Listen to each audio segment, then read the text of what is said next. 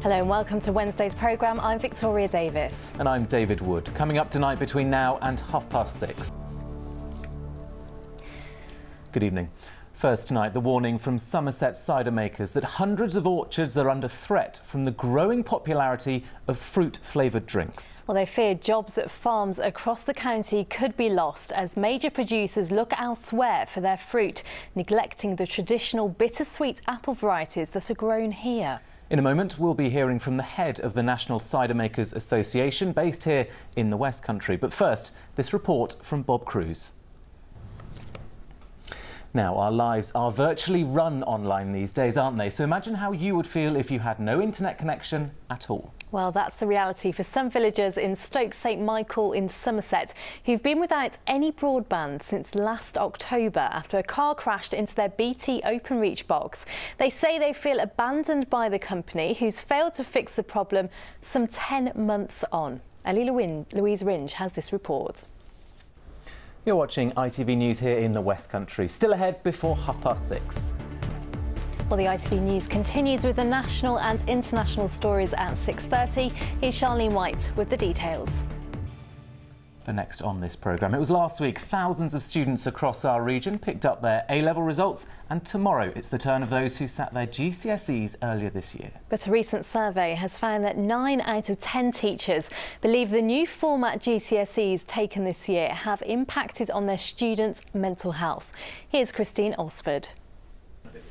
Well, next tonight, a warning from a rugby player who was forced to retire because of repeated concussion. 29-year-old Alex Cheeseman has played rugby all his life and known nothing else.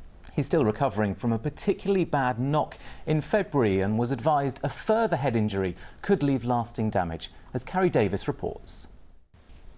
Well, that was Alex Cheeseman talking to our sports reporter Carrie Davis, who joins us in the studio now. Carrie, I mean, a really difficult time for Alex and his family, but why has concussion in rugby become such a big issue now?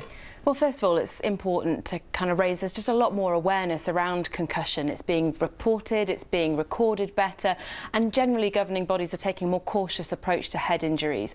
But also the game has changed. Players are much bigger, they're much faster, and when those collisions happen and those impacts happen, it can just be much greater in force. So what steps are being taken to try and deal with this problem? Well, the RFU are trying to do as much as they can to make things safe for players. They're testing a new rule at the moment which lowers the definition of a high tackle in certain competitions to see if that changes the number of concussions. They're also working with a charity on lots of different research projects to try and make the game safer in future.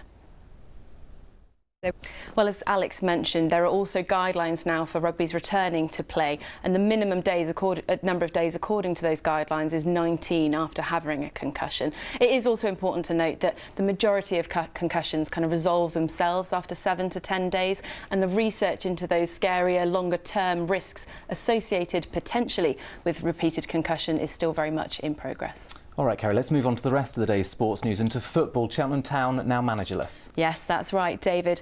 Last night, the board announced Gary Johnson's departure after 3 years in charge at the club. It came after It does seem generally that people agree Cheltenham were in need of a change, though many have questioned the timing, given we're just 4 games into the season. Gary is... In the rest of last night's football action, Bristol City secured their first win of the season and their first away win of 2018. All right, Carrie Davis, thank you very much indeed. Now, a rower from the West Country is very close to becoming the first blind man to row across the Pacific. Steve Sparks is... And there'll be more on that inspirational story next on the National News with Charlene White.